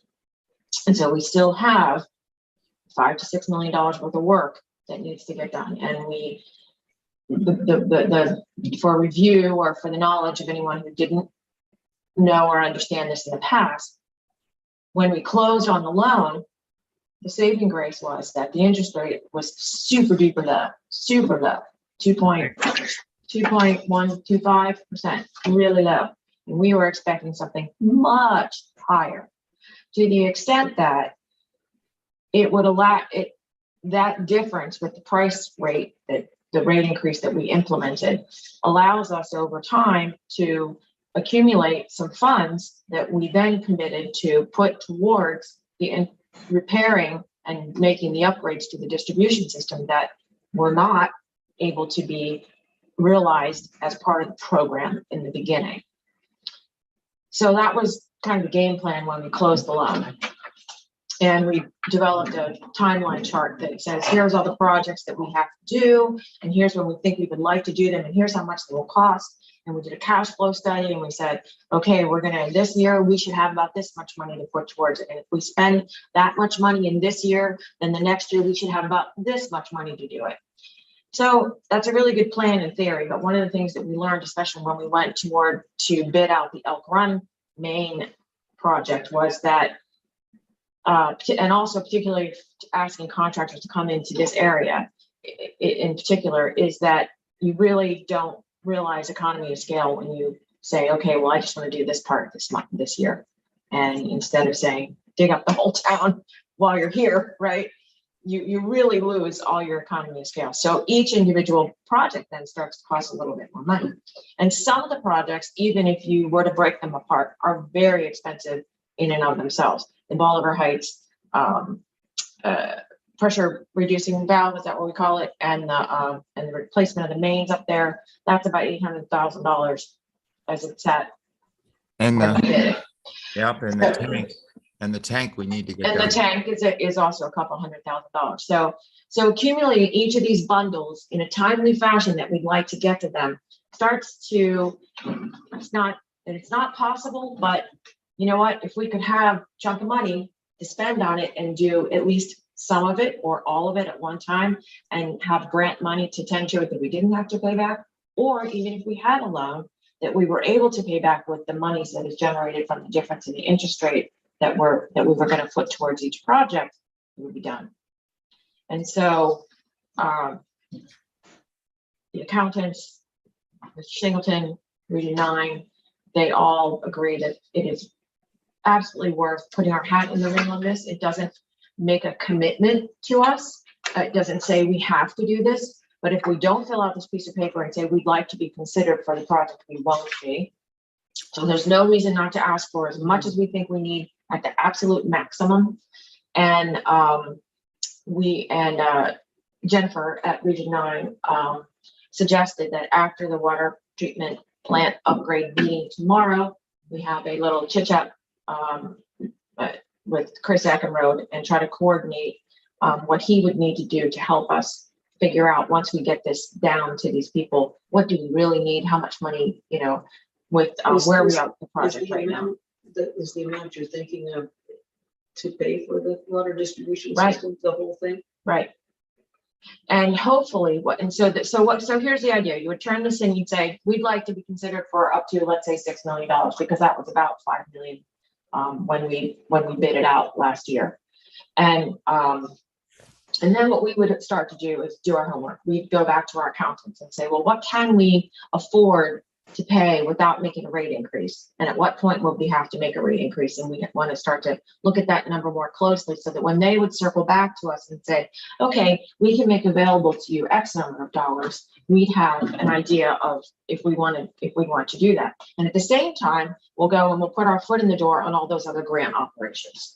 And maybe we'll get lucky and we'll get something that will adjust all of it. And then the idea would be we take all that money and we just bang it out as much as we can. I'm gonna pray for that every day. I'm gonna pray for every day. Yeah. That's gonna be part of my morning prayers.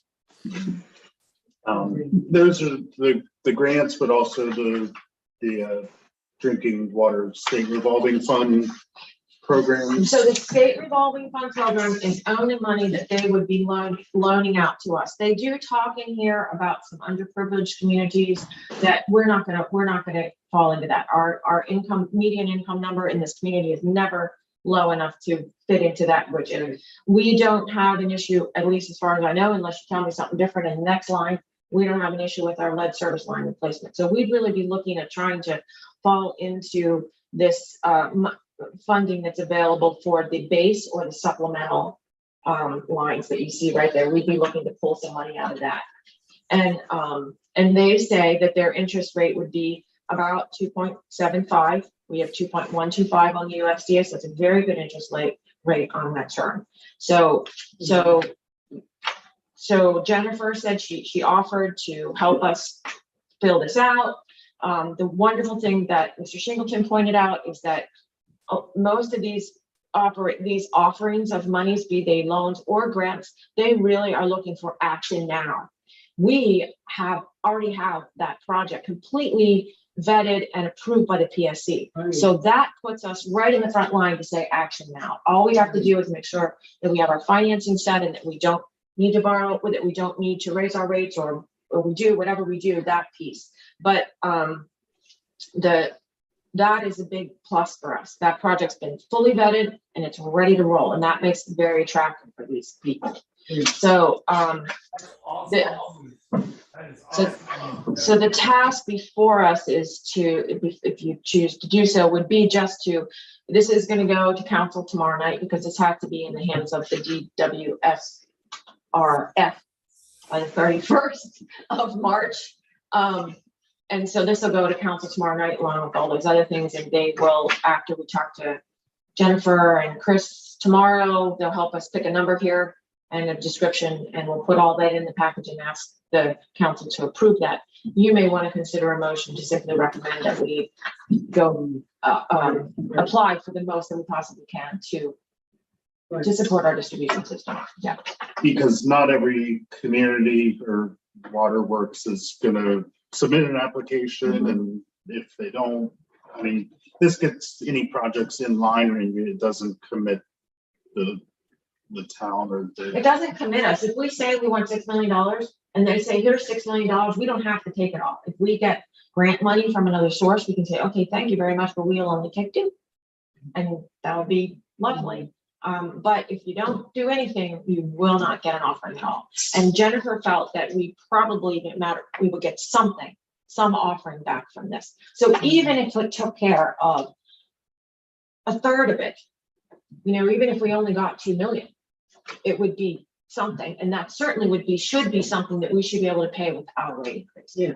Yeah. So it's no kind of risk to, at the very least, apply.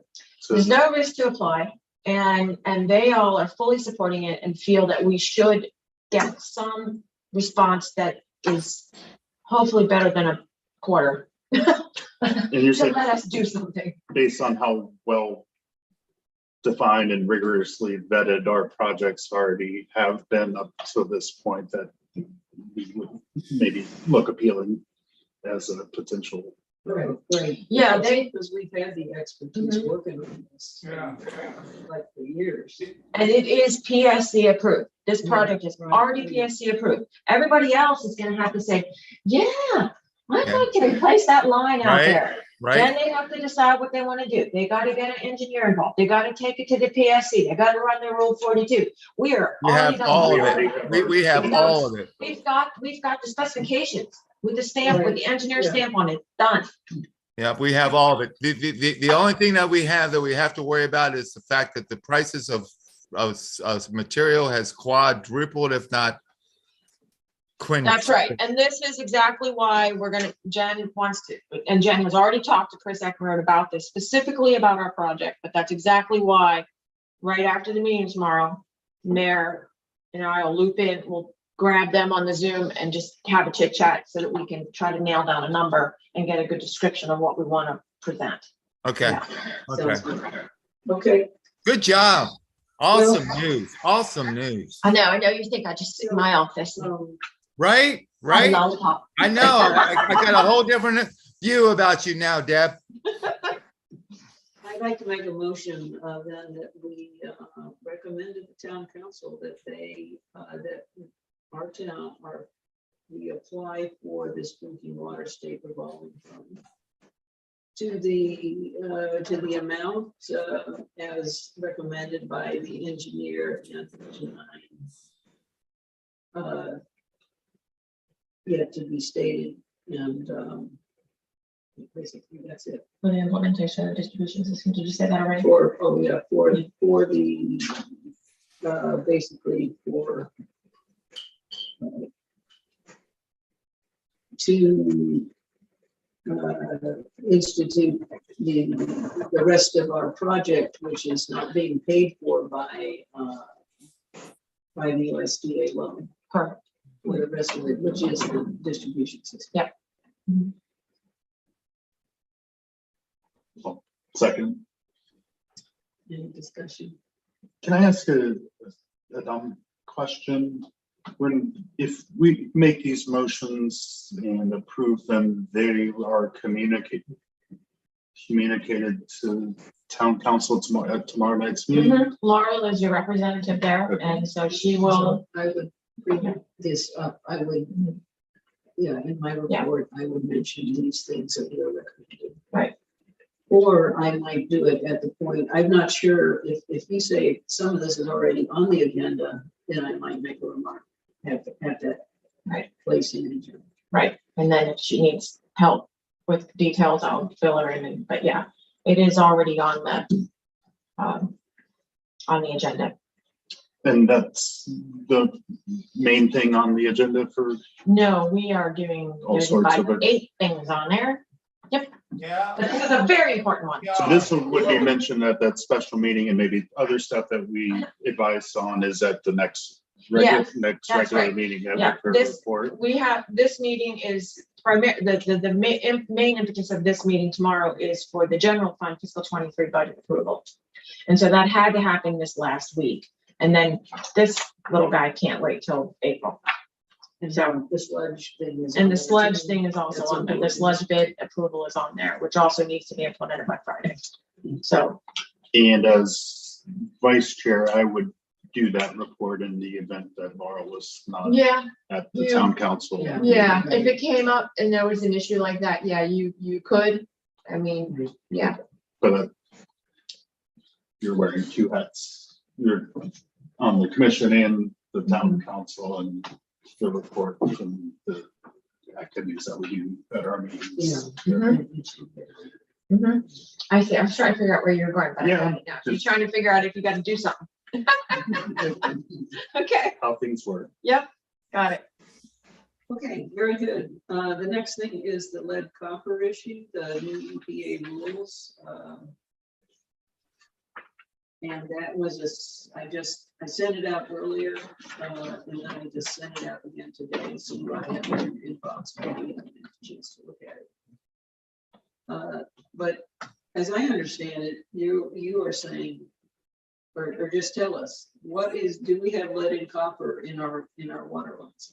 Because you worked on the water system right from when it was installed, is that correct? Right, yeah, we don't have any lead anywhere in our system. I'm not sure about the copper. We don't have any copper mains, there's a lot of copper in residential homes. There is no lead anywhere. Okay, well, that's good to hear, and I think as part of this project, we will have to quantify that and, in some way, prove it, that we, with documentation, with the document. Of what we do. But, there's a plan that has to be filed by the end of this year. And, the mayor has tasked the water commission with helping bring about that plan. To answer all the EPA questions and the plan to test, the plan to water, there's a sampling plan. And I think you mentioned to me that there always was a sampling plan, right? Which you did with certain homes, and so we have to. We of course also sample right now, but it's not exactly random. And there are some homes in Bolivar and there's some homes in Upper Scary that are on that plan. But it may be that it is not random enough to say that we are certain we will pick up these metals if they occur. So that's the sort of thing we have to work on, is to, it's possible we might bury our sample and not have it always from the students, because it seems that's like the only way to have rain. I think we have to have 6 samples a month, and we have 4 samples from residential and 2 from Park Service. We always included 2 buildings that Park Service owned.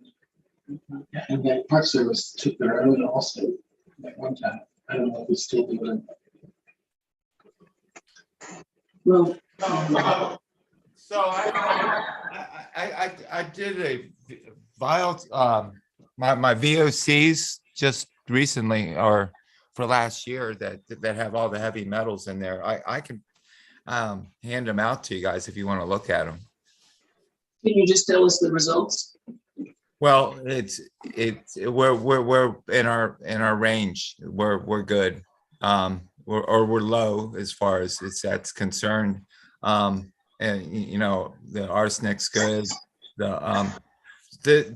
Basically the CCR that I just put out, if we would have had any high usages, they would have been highlighted in black. And we so all the usages were anyway, we're in We're the good, right? yeah, Well, we have to. we're in a good range this year. Well, it sounds like we are in a good position. We don't have any lead in our pipes.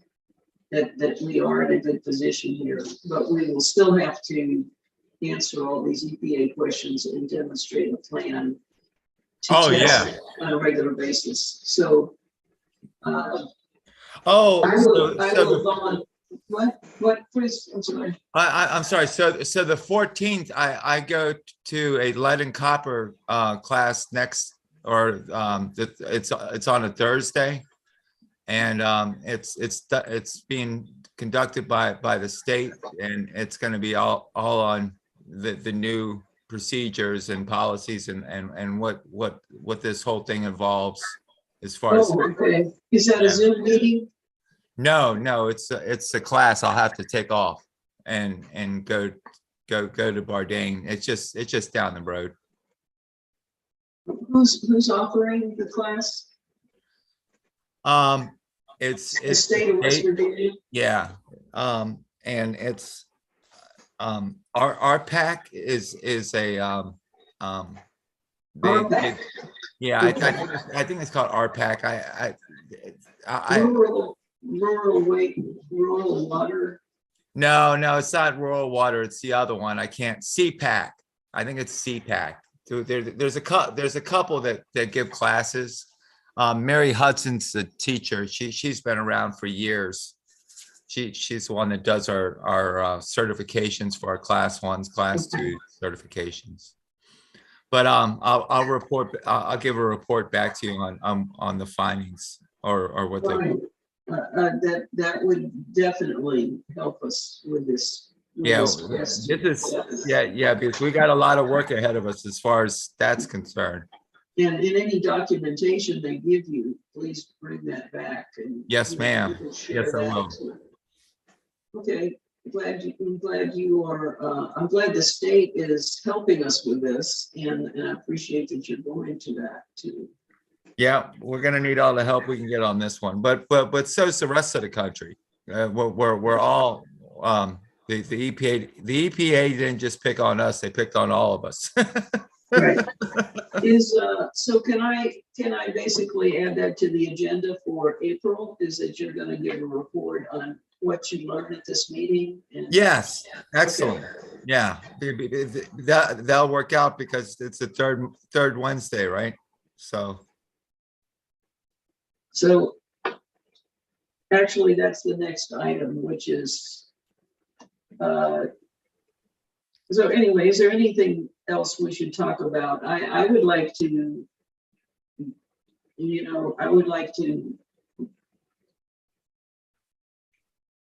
I think that what you're going to learn at that meeting should be brought in to what our course of action is. Right. And by the way, I mean, I view it as we are assisting you as an advisory board to help with coming up with this plan. Yeah, I meant to bring that up to you, and I completely forgot about that. So I really think we should table this until we find out exactly what's going on at this class. I think that's a good idea. Okay. All right, so we'll put that on the agenda. Is that agreeable to the rest of the commission? Mm-hmm. And we'll look forward to hearing from you about that. All right.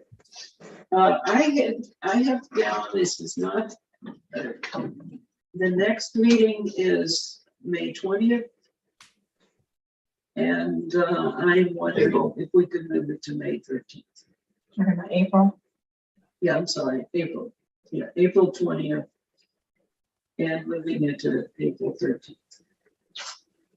And I'm wondering how other people feel about that. Including you, Deb, because you are always at our meetings and I don't have a problem with it. You know, right now, I'll let you know. Tomorrow, I'm literally doing 4 meetings, 4 or 5 meetings in one day. So and it's all dealing with, because you know the construction and stuff, but and we're having these subcommittees. You know, we're doing a lot of meetings here. So. well, you know, this meeting, if we did move it to the 13th, that is 2 days after the town council meeting. Oh, that's why you want to do it? I mean, are we, is The there, reason is that basically April 20th is my spring break. Oh, you want to And, take off? Okay. I understand. I would like the ability to leave. Although I know the vice chair could serve in my absence.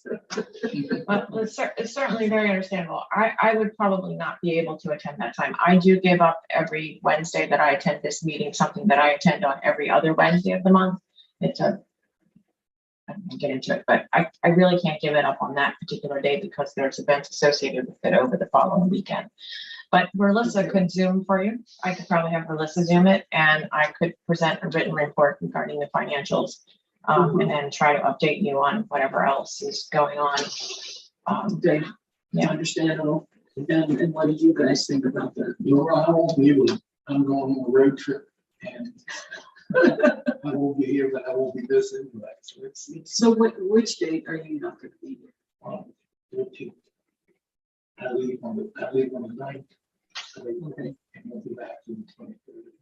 so you Whoa. miss both days. You're not gonna be here for any of that. All right. So you're. Would he be able to Zoom remotely? Is that allowed? Do you think you could Zoom in? I have to practice how to do it. So you do. So let me ask I could help you. you this question. Would it have to be on Wednesday? Could you make it on the 14th, Thursday? Because you're gonna, by moving it off of the 20th, it becomes a special meeting no matter what. You can't call it a regular meeting. So, I mean, I could attend on the 14th and then you would have you and David, if that would work for you. Or is that a challenge for you? Typically, might be more difficult for me to attend on Thursday meetings. It wouldn't give me much time on reporting, making a report for the class. Oh, because that's the day of the meeting. Well, he won't be able to do it if you have it on the 13th anyway. It'd be before his class. Right. Well, I can do it after, you know, if we have it at 7 o'clock, I can maintain the meeting. So, Wait, what were you saying, Dave? I missed what you said. So His class is this Thursday or next. no, it's the 14th. It's the 14th of April. You don't go to that until the 14th of April? That's when this meeting is, on the lead and copper? Okay. yes. Well, I thought the way you were talking about it, it was much earlier than that. Okay. Would Oh. maybe April 27th or 26th? Yeah, I was just wondering about that. The 26th will be, well, I probably, The 27th is okay. oh, wait a minute. I can't do that. I'm out of town, but that's okay. It's still hard for us to do it, but I will be completely out of town that day. Yeah, the 27th is good, and then you could make that too, right? Do you like that? That works. That's Wednesday. That's also a Wednesday, the 20th. We're talking about April 27th. Okay, and that way you can go to your class, Chris, and we'll still get that report. The only thing I'd caution you about that is that y'all usually make a decision about your billing insert in the meeting, and Angie will be running to the bank like then. So you might need to deal with that independently ahead of time. Would I have that right, Angie? And of course, we're talking about. Yes, yes, the May- yes, you're we're right, talking Deb. about Mhm. The May, yeah, I think we should decide that sooner, and what we're deciding about that is whether it's going in the spirit or not, right? Yeah. That's basically, we can do that outside of the meeting, because that is really input from the mayor. Mhm. Okay, thank you for bringing that up, Deb, that was, basically right. Okay, so, can we, I don't know that we need a motion to change the date. Do we, if we just have agreement? Okay, so we're gonna change that to April 27th, and thank you guys, because that is a lot better for me. April what? April what? 27. April 27th 27th. Instead of the 20th. 7 o'clock, April 27th. Gotcha. Yes. So items to go on that agenda would need to be submitted. I will send it out the Wednesday before that meeting, or Thursday. And I have to have it into the office Friday, let's just say Friday at noon. I need to hear by Friday at noon the next day, which Like is the, The 21st or 22nd. It's good to plan for that, but it will be a special, so you'll have till Monday. It'll be a 2-day cycle, then a 3-day cycle. that's true. But it's better to plan for the Friday just in case. That's why I was able to add a couple of items over the weekend, because it was a special.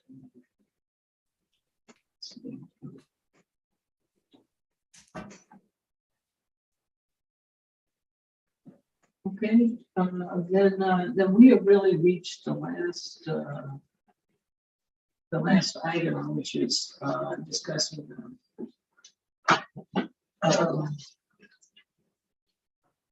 I had to close my laptop, I ran out of use, but it is discussion and action on recommending the creation of an administrative position for the water utility. And I'd like to go into executive session, but I don't have usually you cite the basically the numbers of the ordinance. On the ethics. From the ethics to do that, and it has to be for certain specific reasons. And this would have to do with personnel. So, we have to be able to talk about personnel.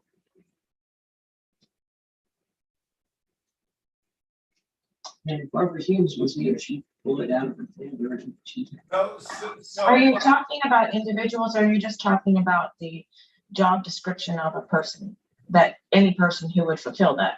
Oh, I think it includes a job description, but also the reasons why we need this position, which is a discussion of the just the various personnel matters that have come up in the past that would not serve anybody to have discussed that. Well, that right there next to your elbow, is that, all the code. I don't know what you.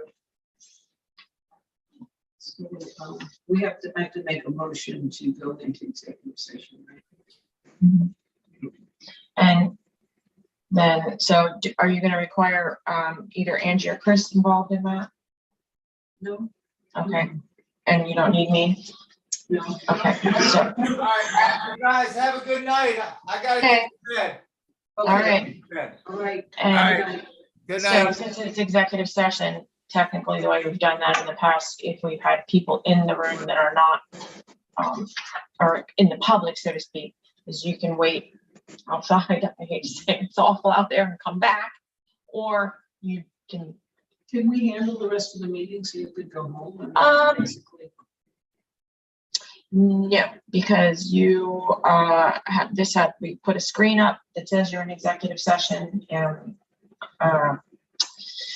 Yeah, We'd have to come out and then We did adjourn. it once, but that was with Kevin Burton here, and I think Kevin met it. yeah, I mean, we don't need, you're not gonna,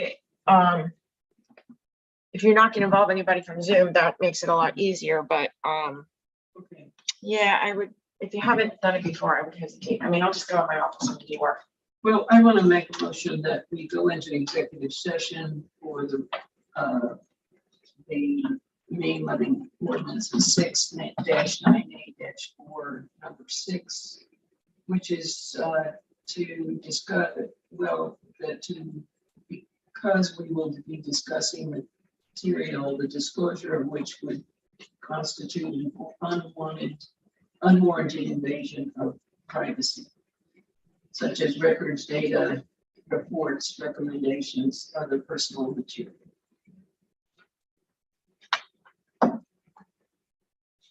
Okay, you need a second. Second, Okay. All in favor? Okay, give me a minute. Goodness.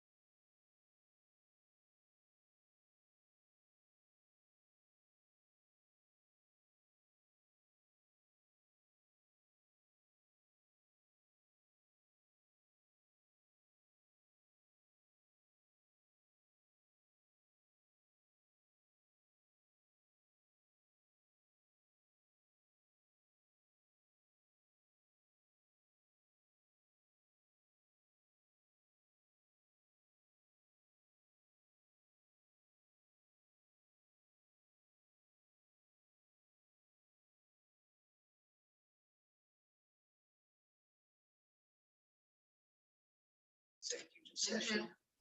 Do I have anything besides that? I mean, close meeting at all.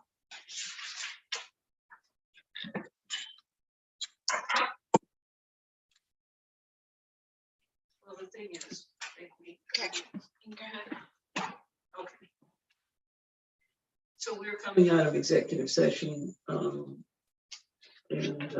I would like to make a motion that the water commission recommend to the town council that a half-time administrator be hired for the water utility to do administrative matters for the purposes of streamlining our utility more,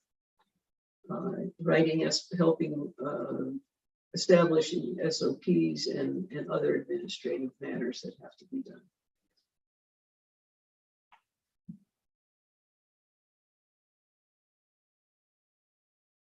Any seconds?